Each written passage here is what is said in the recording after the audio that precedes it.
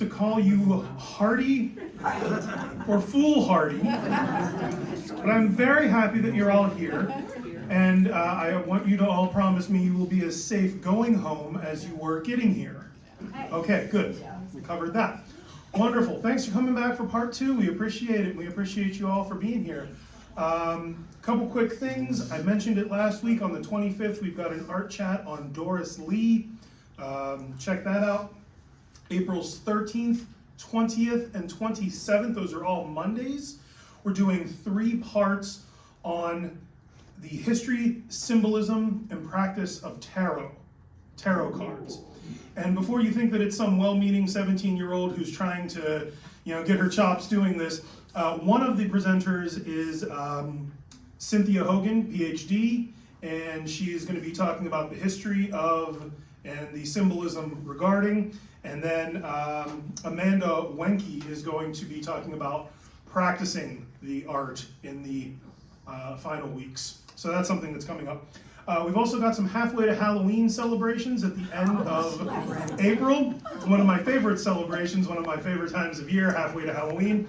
On the 28th, we are going to be screening the absolute classic piece of cinema, The Brain That Wouldn't Die.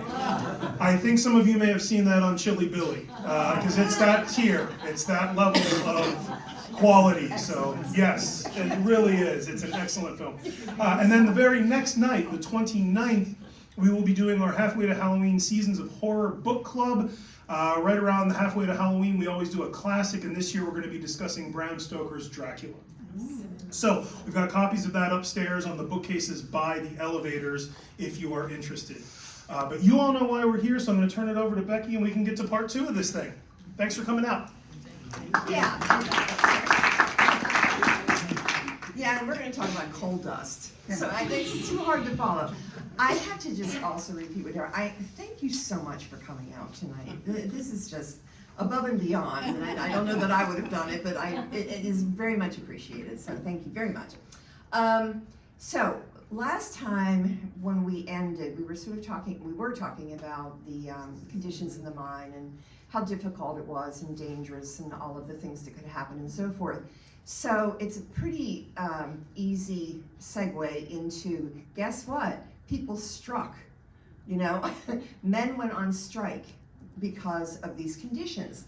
Now, this is just an open shot for that, but before the United Mine Workers, there were early unions. Okay, the Knights of Labor was one of them. It started in Philadelphia, but it was a secret society. So I don't know exactly how that worked, but I mean, it's probably secret because they didn't want, the feds to find out. But that was founded in 1869, and then the American Federation of Labor was in 1886. And the UMW started in Columbus in 1890. But much before then, like starting in the 1840s, miners were striking. But they were just walking off the job, walking out of the mines. And I found this quote that described the sort of the mettle of these men. I just wanted to share it with you.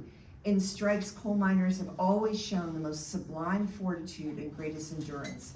The miner can endure hunger and privation until the front of stomach and his spinal column are about ready to lean on each other for support. The reason for this is that it requires the most heroic type of manhood to seek a living in the mine, and he who has the courage to make that step in the dark each day, which every miner does, must be made of the good stuff, must be endowed with great patience and capable of enduring privation and want, because they weren't winning these strikes. And what would happen typically is that the owners of the mines would come and evict these people. So that means you go home tonight and all of your stuff is out in the street and you have nowhere to go because everybody else around you has been evicted. The company store has all your food and your for the baby, for the kids, for you, for your wife, for your husband. So you are gonna starve until you go back to work. But this is the kind of person who says, no, we've had enough of that. Here, close by, there was an early strike in the Monongahela River Valley in 1848 for better wages, and also, this was so far back in the history of coal mining that remember we were talking about how people got paid by the carload? Well, this was back before then, where sometimes they were, but sometimes they were paid by the weight. And of course, when they would go to weigh this at the company, of course, you know what would happen. There's all sorts of opportunity for corruption and graft. And so their strike foundation was higher wages and better weighing stations and more supervision over the weighing of the coal. They didn't get that, of course. Pennsylvania miners were the most militant strikers in this very early ages. So in 1880s, 1870s, 1880s, there were 800 strikes in Pennsylvania alone from 1881 to 1886, typically for better wages. Again, without really strong backing or representation from the mine union, because it really wasn't up and running yet. One of the largest strikes occurred in the Coke region. Again, last week we talked about how critical the production of coke was. Now we've got all our steel mills popping up. The Edgar Thomson Works is in full-fledged, and so that was a great need, and so the strikes were becoming a little more harmful to the owners. In the Coke region, which we're talking about 1887, Frick land again around here, the coke production and the prices were rising, and the miners wanted their fair share of it. And Frick said absolutely not, of course. Two unions, the Knights of Labor that I mentioned before, and the National Federation of Mines and Mine Laborers represented the discontented miners. They were offered a 5% increase. They were looking for a 12.5% increase. Frick's like, no, but Carnegie again says, you know what? I need this for my steel mills. So that became a priority for him, and so they got their 12.5% raise, which was nice. When this happened, I mentioned the evictions. Operators would throw you out, okay? They would bring in the Pinkertons, who were hired thugs, if you know about the Pinkertons. It's kind of not a very objective way to say it, but they were hired thugs. And they came in to bully these people back into work or to bully them while they were on strike. In more severe strikes, their militia would be brought in, the local law enforcement would be brought in. And again, company housing and the company store were closed to these folks at the time.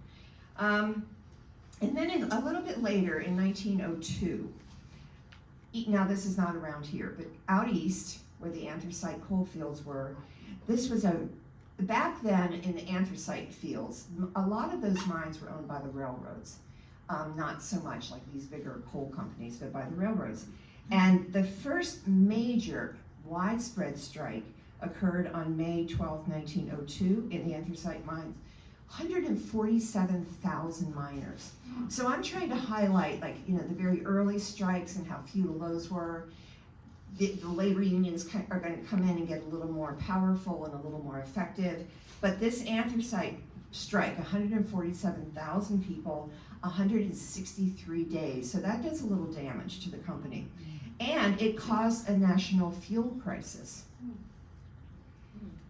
So much so that this was the first time that a strike was settled by federal arbitration under Teddy Roosevelt. So now you can see that we're coming out of the hills and out of the unknown into the more public eye, into the more national eye, and paying attention to this because it was growing, the industry was growing so quickly, steel was growing so quickly, and this was such a vital commodity, of course. You may know about the Battle of Blair Mountain. Which, anybody know about this or ever heard of it? Matewan? Matewan. All right, this was 1912, and this began with the Cabin Creek and Paint Creek mines, 1912 to 1913, and this was something that you can see films on, like quasi-fictional films, lots and lots of documentary. If you go down to Matewan, which is right on the border of West Virginia and Virginia, that whole town has now been dedicated to this occurrence, which was pretty incredible and pretty incredibly horrible. The miners, again, were demanding better pay, better working conditions, and their new request was to be able to shop where they wanted to shop. So that was something new. And what ensued was the Battle of Blair Mountain. And you see this top picture up there, those are the miners who have been evicted, living in tent cities.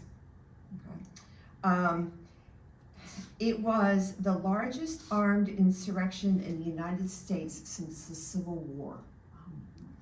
And it began with these evictions, and essentially, I mean, it is a very, very long story that would take half an hour to go into.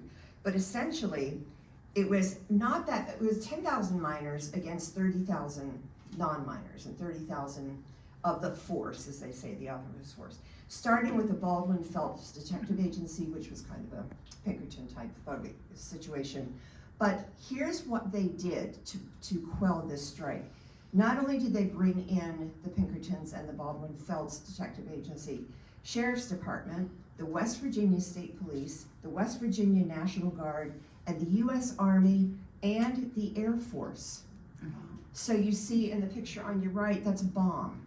It did not explode, that they found that they were going to bomb the miners. Oh. And a headline, Air Fleet ordered to West Virginia battlefield.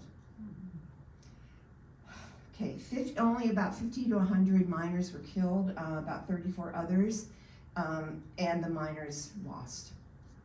But again, are you familiar with Mother Jones? Mm-hmm. All right, so she was very instrumental in rabble-rousing and getting this out. And so if you read the history of strikes, it really is an interesting movement of small, insular, all the way up into public learning about it, becoming a public interest, and eventually the public taking a side on this and affecting voting. So it kind of grows like that because they're still going on. So the United Mine Workers, well, let's talk about them for a second. So that started in 1890, as I said, in Ohio.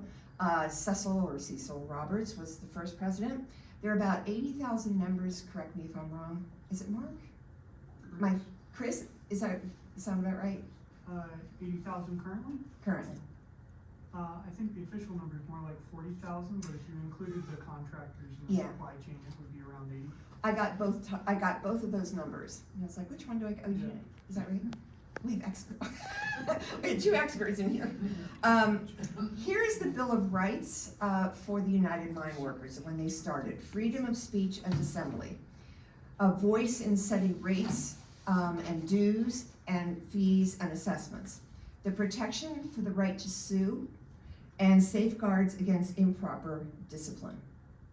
So that's an interesting subject. And this fine man, John Lewis, I wouldn't cross him, but what a great guy. Look at him. John Lewis was, have you all heard of John L. Lewis? All right. He was born in 1880, died in 1969, which is kind of curious.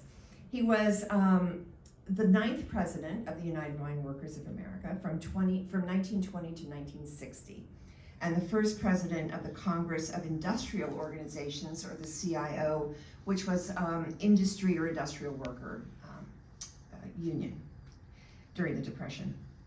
And his supporters credit him with higher wages, safer working conditions, really good pensions, and medical benefits. So that's what he did. And here's a quote. Somebody quoted him. This is the bombast, I guess, that he used. I have pleaded labor's case not in the quavering tones of a feeble mendicant asking alms, but in the thundering voice of the captain of a mighty host, demanding the rights to which free men are entitled. Here, yeah. Where do we sign? You want my money? Yes. So he was, despite his appearance, quite a guy. Now, Time magazine put him on the cover, but you can see that his body is a volcano. So they were not particularly sympathetic to John Lewis, be that as it may. And then here, I mean, this is the heaviest use of emotional appeal I've ever seen. Gentlemen, I speak to you for the miners' families. The little children are gathered around a bare table without anything to eat. They are not asking for a $100,000 yacht like yours, Mr. So-and-so, and he would gesture with his cigar, right? Or for a Rolls-Royce limousine like yours, Mr. So-and-so. They are asking only for a slim crust of bread. Now he's not asking this in the voice of an old woman up here. It's like, and he was listened to, and extremely effective and very, very popular.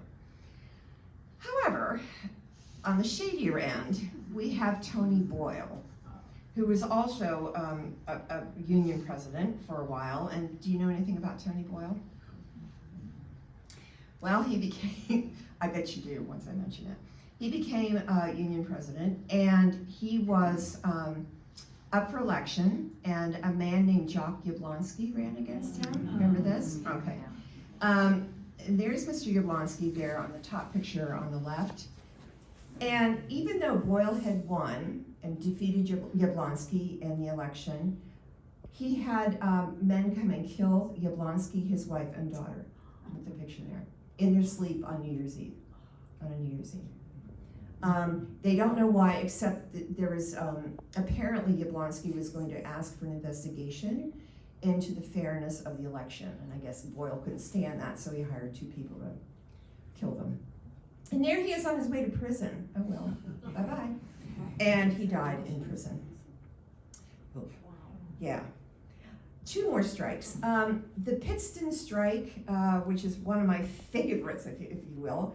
The Pittston strike was one of those, it would involve Virginia, West Virginia, and Kentucky miners, over 50,000 of them. And their request for centered on benefits for retirees and widows. And they won, big time. And when I was talking about how these strikes became public, look at the women, children, the whole town of Pittston. People were coming in from all over. The schools closed. The diners would not serve any of the strikebreakers or anybody associated with the company. The media was there. Everybody, I mean, this became very, very public, and the extraordinary amount of sympathy from the public for this strike really, they think, helped, to settle it in the miners' favor. And this last one happened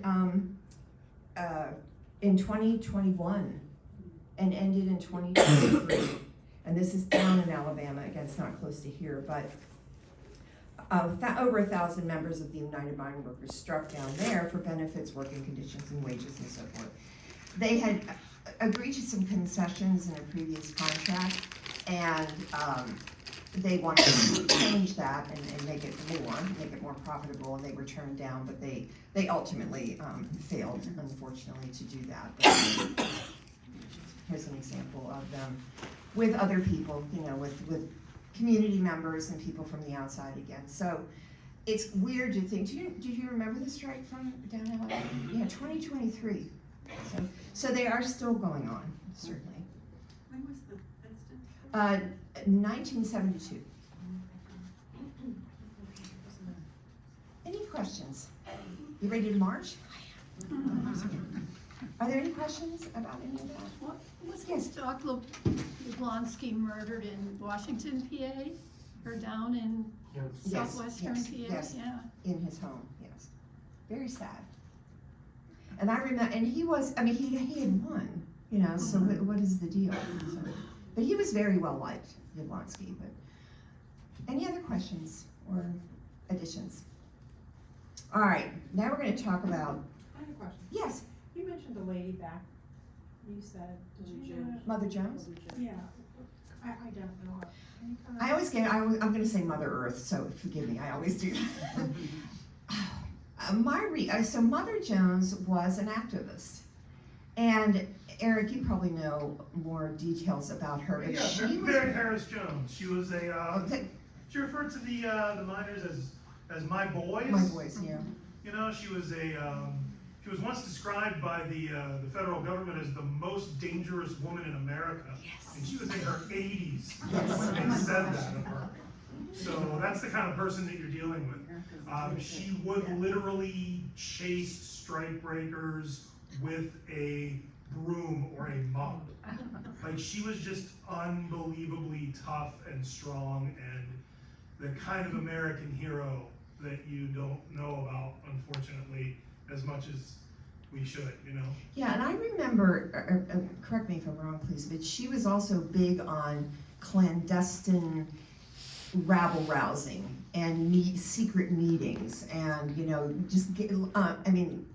figuratively speaking, able to worm her way into enemy territory. She was much maligned and much beloved. you know, both at the same time. She's fascinating. She's worth a book. One of her most well-known sayings was, "Pray for the dead and fight like hell for the living." Yeah. Yeah, she was something. She was something. Yeah. And she got into a lot of trouble. Like sometimes I think the miners sometimes were like, you need to tone it down a little bit, you know. But she would not be deterred. She just wouldn't. And we're going to meet a lady like that later on as well. Okay. Other questions? Thank you for asking. Other questions? Let's talk about dirt for a while. Okay, let's talk about how dirty coal is, and not in a bad way, but in a good way. Just to talk about, this is all going to lead up to a much happier subject at the very end of land reclamation. But I just want to talk a little bit about some of the things that are left behind in both coal extraction and coal mining, and then coal production once it becomes coke and so forth. Coal dust. And now coal dust, bottom line, is the thing that gives you black lung. So this is the dust, obviously, it's a byproduct of the mining process itself, the actual extraction, of the crushing of the coal, and interestingly and importantly, the transporting of the coal.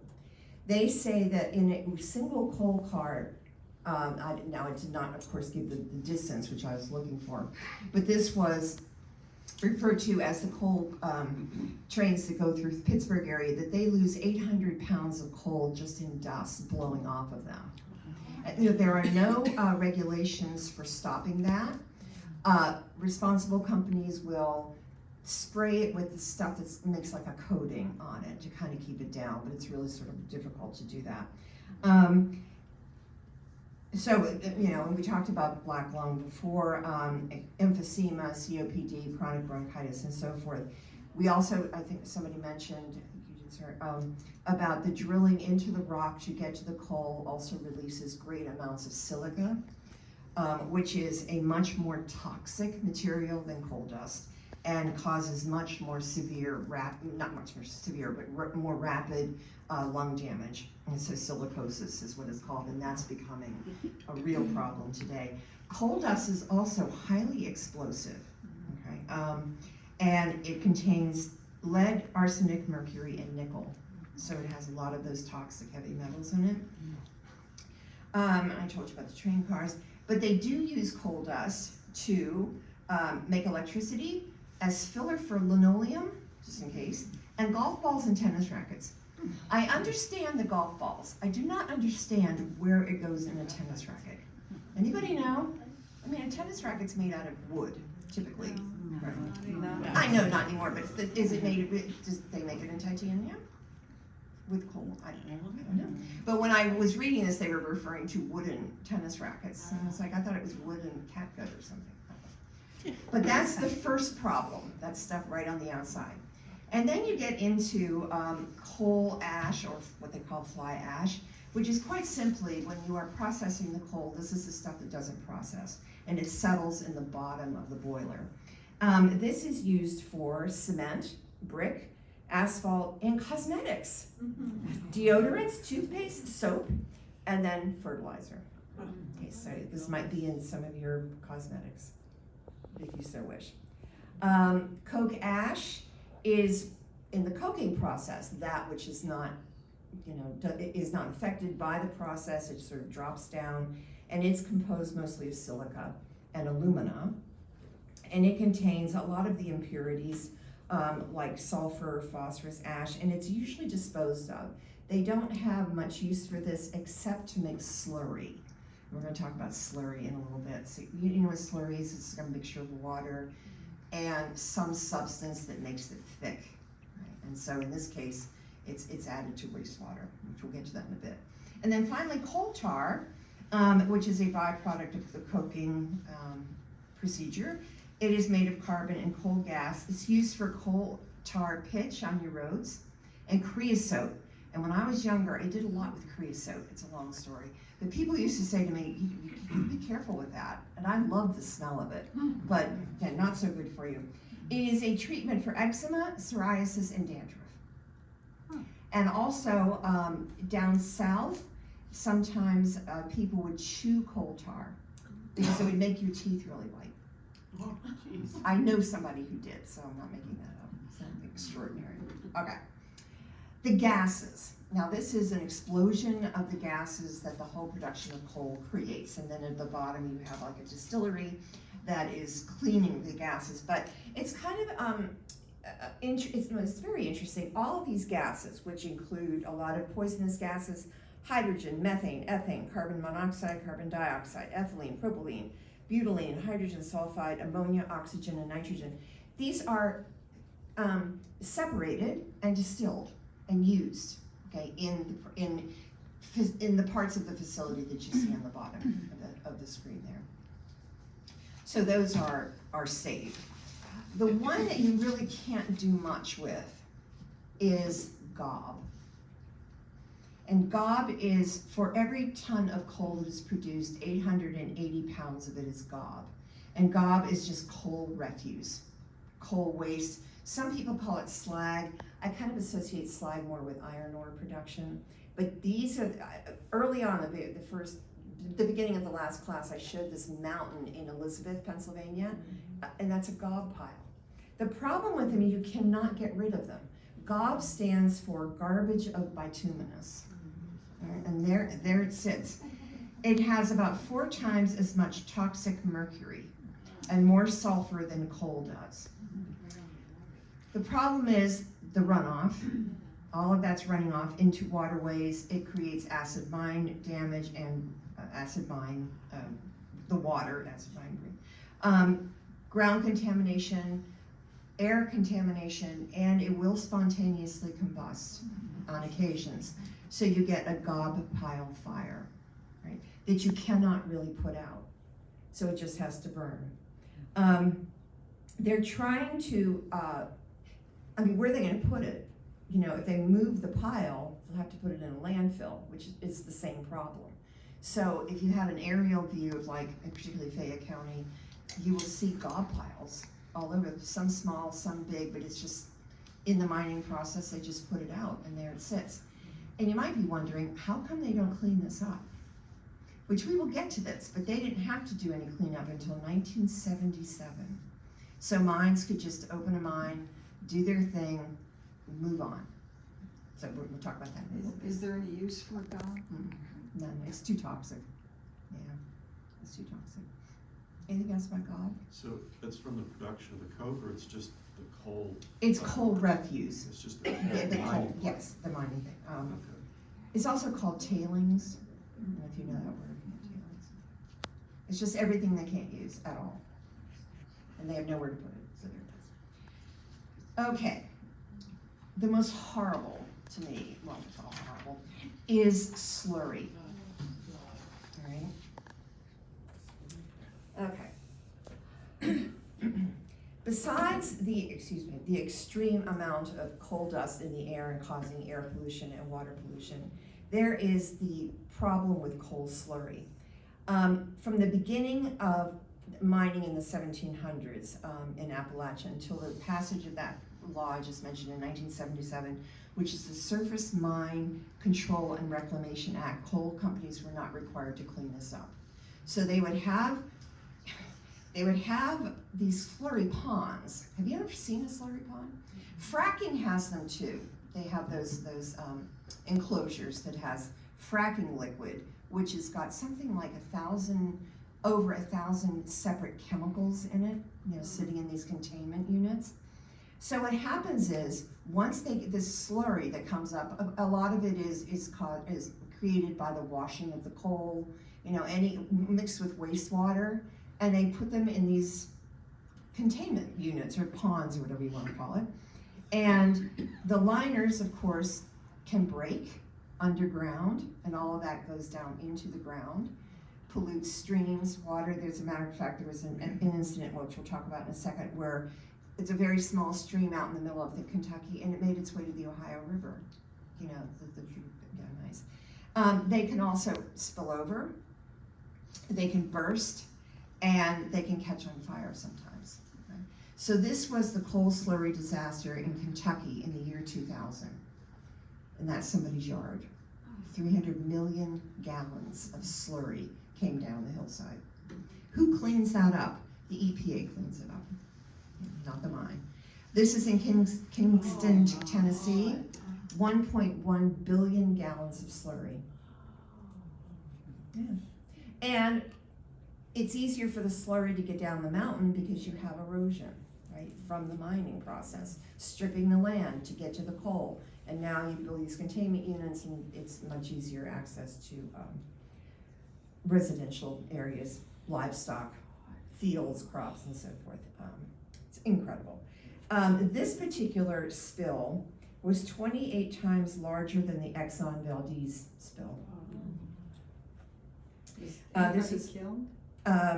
No, this was Massey Energy's mine. They're fine, $5,600. Oh my gosh. Bush, no, I'm sorry, not this one. This one, excuse me. Sorry, this one.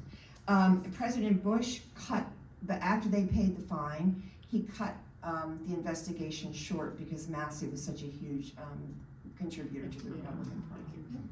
So that was not cool. I'm sorry, that's the wrong one. Okay, mine portals. Remember when we were kids, we watched Lassie or something? They were always playing in the mines. Remember that? Let's go find a mine to go into. Okay. And I always wanted to find a mine to go into, and I never found a mine to go into, but how stupid that would have been. Pennsylvania has the highest number of abandoned mines in the United States. We have almost 6,000 abandoned mines here as of last year. There are 550 in Allegheny County, and there are 60 within the city of Pittsburgh limits. The quarry that you see with the water in it, kids, I was reading, kids like to jump in those. They're very, very, very cold, and they're full of toxicity, and sometimes you can get electrocuted if any electricity is still running underneath. So don't do that. That's not a very good idea.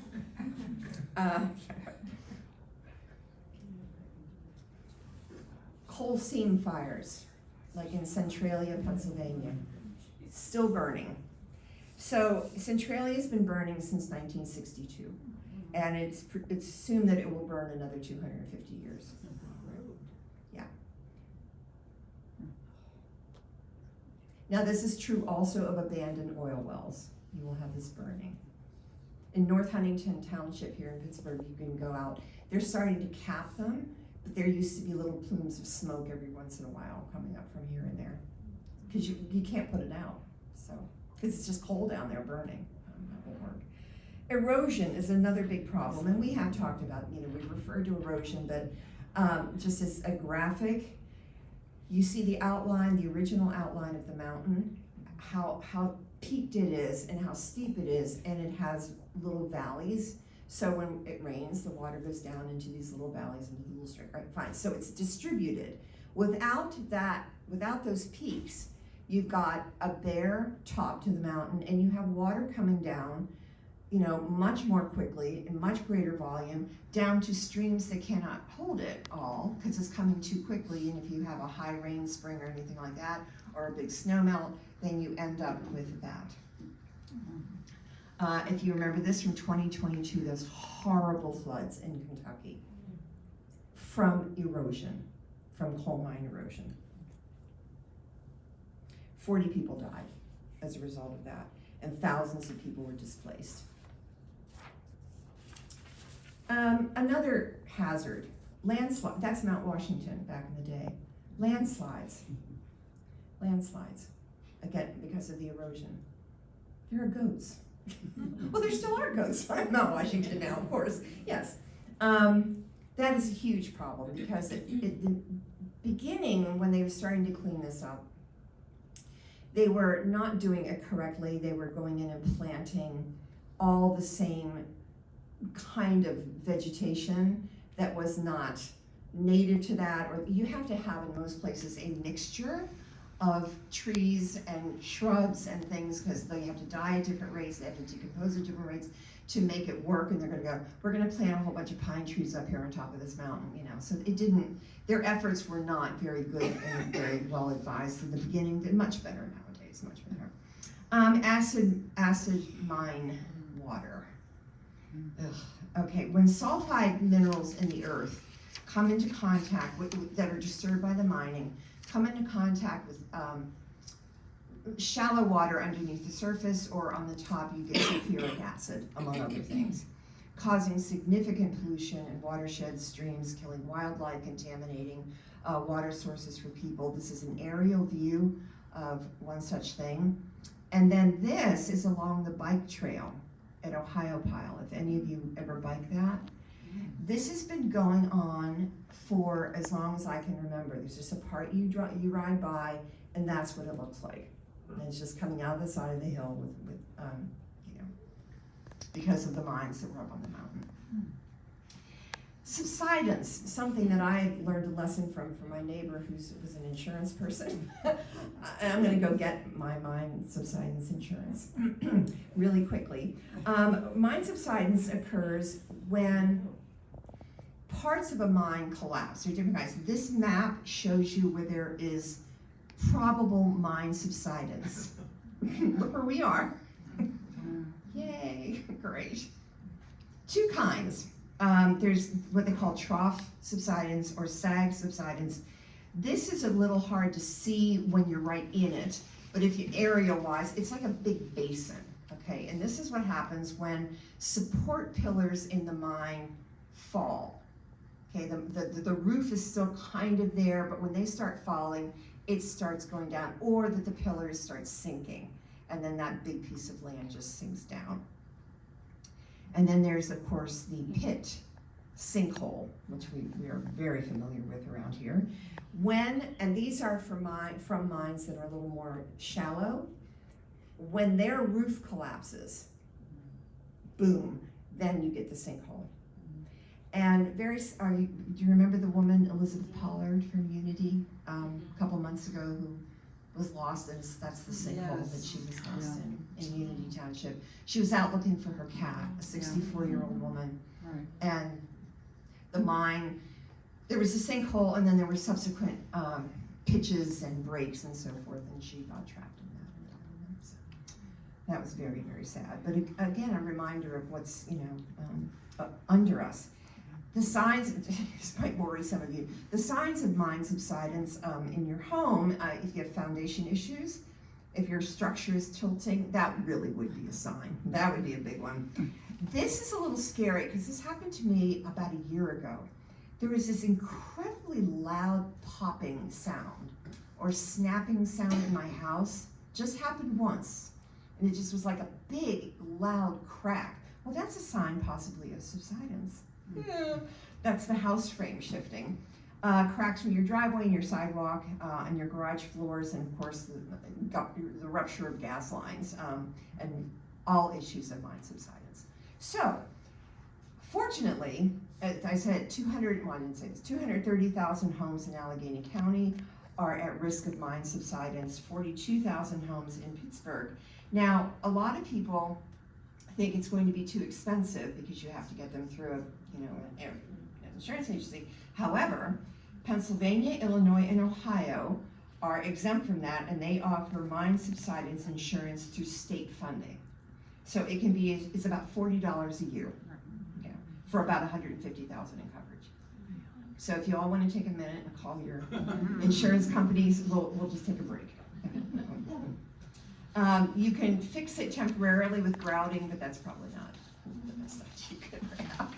It's a temporary fix, I think. And now I just think I just had my house pointed, and I'm like, oops, it was a mistake. Okay, so happily, we are a little, more enlightened and a little more evolved about what this has all done to our land and to our air and to our water. And so these are some of the methods for reclamation. Land contouring is a great thing for land erosion, because if you notice the angling here, it kind of builds, they contour around the mountain, and they kind of build these shelves, but the shelves tilt in toward the mountain, so that when it rains, that water is going back into the mountain rather than down the sides. I think that's a very, very good idea, actually. I forgot to mention something too. The money, where does this money come from for all of this, reclamation and all of these efforts? I forgot to mention this. In 2021, there was a bipartisan act that was a law that was passed. Are you sitting down? Bipartisan law that was passed, a bipartisan infrastructure law that allocated $11.2 billion to this. So that's federal money. Pennsylvania received the biggest chunk of that for us, $245 million. Additional money is provided by the Federal Office of Surface Mine Reclamation, which is funded on a fee that is based on the current coal production prices. So the coal companies are giving back a little bit. And in addition to that, about $200 million is coming from the coal companies and subsidiaries themselves, who have to pay these back penalties, right? The current administration is trying to get that to be taken over by the state individually, which may or may not work, but that's where we are headed with that. Reforestation, sorry, yes, so then that's where the money's coming for this. So reforestation is basically taking a piece of land that looks like that and planting stuff on it. And as I said earlier, you just can't go plant the same thing. And you have to plant things that are gonna grow where you are, right? So that's very, very important. We are getting much better at that, because if you plant slow growing trees, you're gonna still have erosion, which probably will wipe out the seedlings. So you get things in there that are fast growing and you recontour the land. The greatest example of this is the Pittsburgh Botanic Gardens. I think you've all been there, right? It's absolutely beautiful. This was a strip mine and a room and pillar mine back in the day. 460 acres of abandoned strip mining. And so they brought in 15,000 trees, and it is beautiful, but that was all a coal mine. Okay. So the reclamation efforts have resulted in some 47,000 mine shafts have been closed. More than 1,000 miles of high walls have been eliminated. 131,000 acres of dangerous embankments have been eliminated, and more than 700,000 acres of streams have been restored. So we're getting there. That money is being put to good use. Unstable areas are contoured. They are, growing vegetation. Acid mine waste or water is being neutralized primarily with limestone, and that's what they did at the Botanic Gardens. This pond here was just full of acid water, full of it. And when you go over the bridge, you're going over the filtration system, if you've been there. So they also can, with soil that has been contaminated, they can mix it with a binding agent that kind of leaches out. It's confusing to me because I'm not a geologist, but it basically does not neutralize, it stabilizes the poisons so that they're not leached out into the ground. They get into the rocks in these little pockets and stay there, apparently. Is that right? Does that sound right, Chris? Oh, you don't know this one. Okay. That's the Botanic Garden, again, as it is today. And I have this picture down at the bottom right-hand corner just because that they have scrapasauruses. And they build these big structures out of scrap, which are there now, I think. And how cool is that? Oh, that's really cool. Another wonderful reclamation site is Moraine State Park. Not everybody knows that. Moraine State Park, in the 1930s, this guy, Dr. Frank Preston, came to America. He's a British naturalist and geologist, and he and his wife came here. And he saw this area that was covered in abandoned oil wells and strip mining, right? So Moraine State Park sits on top of 7 deep mined and strip mined coal mines and 422 gas and oil wells. This offended him at many levels, and so he's like, I'm gonna clean this up. And he started the Western Pennsylvania Conservancy, and he cleaned it up. He plugged the wells, he sealed the mines, he fertilized the soil, he brought in thousands of trees and shrubs and grasses, and he dammed up the creek to make Lake Arthur. as we know it today. So bully for you. Bully for you. It's gonna look like this again soon. 4 more months. Hang in there. 4 more months. 4 more months. Okay, so to wrap things up, I have some statistics and then I have some fun facts, because there are some fun facts about mining, believe it or not. Thinking again about our region, as of 2024, so this is pretty recently, there are 70 bituminous mines in Pennsylvania, 24 underground, 46 surface. So it's still happening. I cannot find, and maybe somebody knows in here, what the closest operating coal mine is to us. My neighbors work for the Department of Energy, and I asked them, and they didn't know. Christina? Like, I don't think it's in Pennsylvania. It might be West Virginia. Do you know, Bernice? Yeah, in Washington County and Greene County, there are a number of active mines.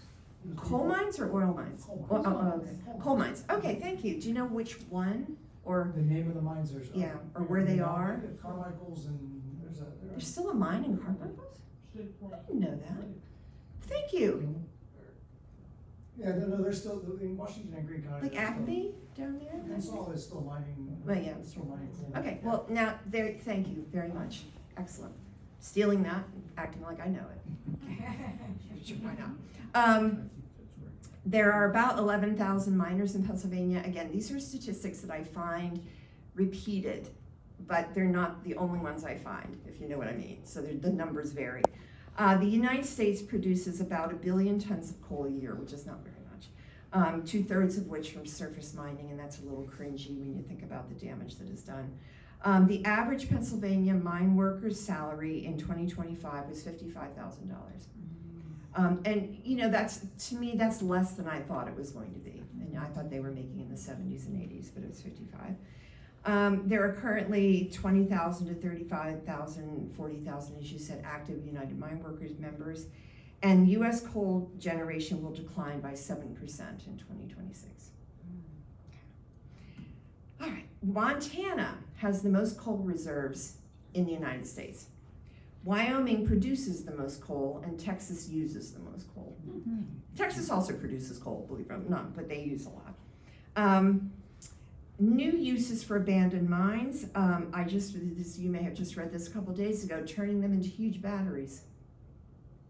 With the water, I don't know how this works. Hydropower systems, pumping, I don't know how it works, but I just read this like 4 days ago, where they are looking into turning these empty areas under the earth into gigantic batteries, because they have all of the materials there. So that's very interesting. And that's a fun fact. It's not as fun as this. If you want a new hobby, you can go out to abandoned mines, which I said earlier don't, but you know, there's a lot of money to be had.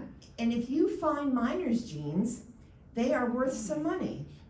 And what I love, these are, but you have to find the originals, okay? So Levi Strauss started to make jeans in 1873, and he made them for miners. They were Levi 501s, can you believe it? Isn't that funny? They were the standard uniform of the miners in the 19th century. And the miners would just often abandon their jeans in the mine for some reason, because people would find jeans all over the place and they didn't really know why. And I have not read a satisfactory explanation for this, I have to tell you. But they just said if they become damaged or something like that, they would just leave them. Or if they retired or they quit, they would just leave them. Look how short the people were, first of all. But these are jeans that run anywhere between $87,000 and $100,000 if you find them. So get out there and find those. And there's a 5-button fly jean on the bottom, just like I have mine. Even a more fun fact, kestrels, which are hawks, you know, in Great Britain, if they poop on burning coal, it produces tununculite. You are going to be so popular at the next party you go to, because you can tell everybody this at dinner. Tununculite is a naturally occurring substance. It has no use. They use it for research, geological research, mineralogical research, And it's kind of pretty, but it's a uric acid something combination.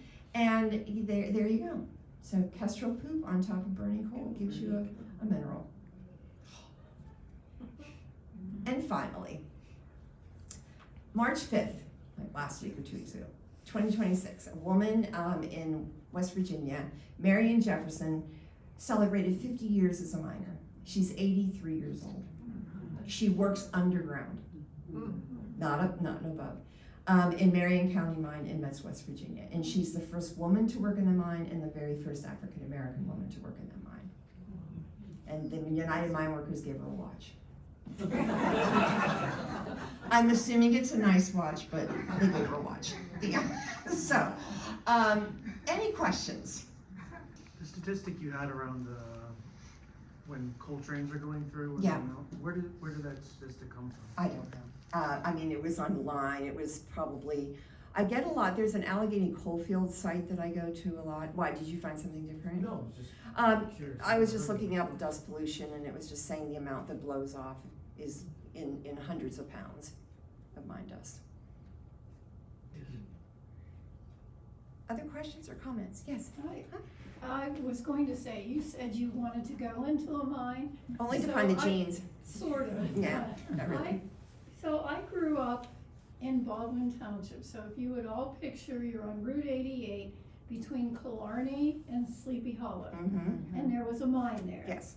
And kids in my neighborhood would go into that mine. I was at the mouth of the mine, but I was a little bit afraid to go in, and we were forbidden. My parents said, absolutely, you don't go in there. But at one point, kids did get caught in there, and they had to go get them out. And when would this have been? Maybe mid-60s? Yeah. Maybe a little bit before that, and then they sealed the mine. But not too long ago, I could see where that was. Mhm. And if you're on the streetcar and you're headed toward town, so it would be on your left. Right. If you're going from Bethel Park or from Mhm. South Hills Village, it's back there. It's covered by, growth, but oh, Everything yeah. from Grove Road down past Burger King, if you go to Grove Road and make a left on 88, all of that was coal mine. Mhm. All of that on the left, and actually on the right. How did they get stuck? They went too deep. And So they just couldn't find get their back way out. out. Okay, and you said you were too afraid. I would think the word is smart. Afraid to go in. I was curious. I'm sure, as I would be, but Uh-huh. I forgot to mention this. You have to go, if you've not already been, on the Toured Yeah. mine, which I can't do because I'm not doing that. And Toured is in New Kensington? No? Toronto. This is a mine tour that people rave about. So I think some of you have been there, and you can go and you could go down into the hole in the ground, and then you go down, and I think, don't they stop it and you sit in there and they talk to you? And you I can't would even die. see your hand I would right die. here. You cannot see your hand. It's so dark. Oh, okay. So that's something you could do. Have fun. have a good time. Other questions? Yes. Just a comment, my brother, who's quite a bit older than me, as a form of entertainment, the family, like on a Sunday night or something, would go near Allegheny County Airport Mhm. and watch the slag kind of burn off at night. Mm-hmm. Where Century 3 Mall is a slag dump. Now, I don't know if that's a gob dump or a slag dump. That's mill dump, okay, yeah. But I've seen that. I've seen the burning. Yeah, people would see it when they would dump it, Mhm. right? Is that what you're talking about? I wasn't born yet, but. Oh, I was. I remember that was a big thing that when I they, remember hearing the stories. yeah. I mean, that's the point, it's right here. It's just right here. Yes, Chris? Maybe one thing I'll share, the Department of Energy has a national lab just down in South Park. Mhm. And in 1911, they did the experiment that proved that coal dust could explode without the presence of methane gas. So up until that point, there was sort of back and forth, like, well, does there have to be gas available for Right. explosion? So they actually did an experiment. So there's an experimental mine just 20 Mhm. minutes south of here where they actually had coal dust in there and then exploded it. and they proved it. And so then that allowed for the control of trying to keep the coal dust levels down so that Right. those kind of things wouldn't happen. Right, but that's all, you can't go there, correct? Well, I mean, it's a government property, Right. but they do sometimes do tours. Do they do tours? Yeah. Okay. But you can go into a mine there too. Oh, good. There was a tour, I remember when my kids were. Oh, really? in elementary school, Oh, they interesting. did a tour there in South Park. Oh. At the coal mine. Who knew? I did not know that, yeah, yes, sir. I was raised in Windsor, Ontario, and there's a big salt mine. And I was toured that, and somebody mentioned, when you went down there, they turn the lights out, and you cannot believe how dark it is. No, I'm not doing that. But a long time ago, you know Laurel Caverns? Well, when I was like in my 20s, and I don't know if it's still there, was a quote unquote undiscovered part that you could pay extra to risk your life and go down, and that was the same thing. It was so dark, and the danger was that you would have a flashlight, but you would get vertigo from watching the light, you know, by doing this, and it was very, very, very dangerous. I don't know if that's still there or not, but I don't recommend that either. Other questions or information? Yes.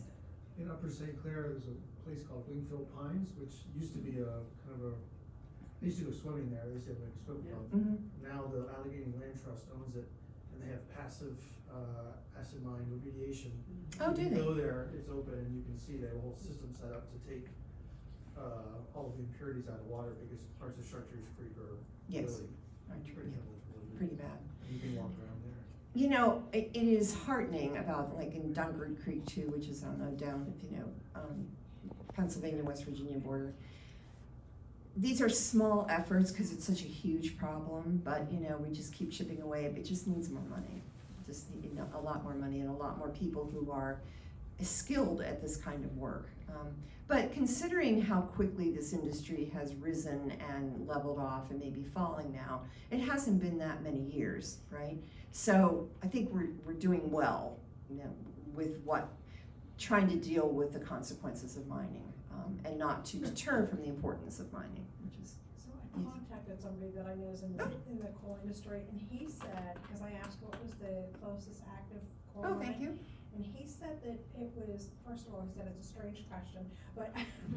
What? Because he doesn't know where I am. But he said in Washington County by the West Virginia border or near Seven Springs. Really? Why is this not available online? The one near Seven Springs is a new mine, it's in Donegal, it's relatively new, they just opened that. Oh, I have to It's go a look deep at it. mine. Oh, it's a deep mine? Underground deep mine, but yeah, it's on the Westmoreland and, that county line. Are you in mining? No, Okay. conservation actually, sorry. Pardon me? In conservation actually, so. Oh, wonderful. Oh, wonderful. Anyone else? Yes. Actually, if you're coming up Barrow Hill Road from Bridgeville, just before you get to Painters Run Road, on the right, there's a sealed up mine entrance right there. Yeah, with graffiti on it. Where are we behind? Yeah. Where are we? Yeah. Oh, at Bednar's. In that- Oh, right in yes, that yes, I area. know exactly what, on the left, yes. Do me a favor and tell all young people everything you know about this, because I don't know that they ever gonna get this, so they should know, please, promise? Thank you very much. Anyone else? Well, I hope it has stopped snowing, but as Eric said, please be safe. Thank you very much for coming out tonight, I really appreciate it.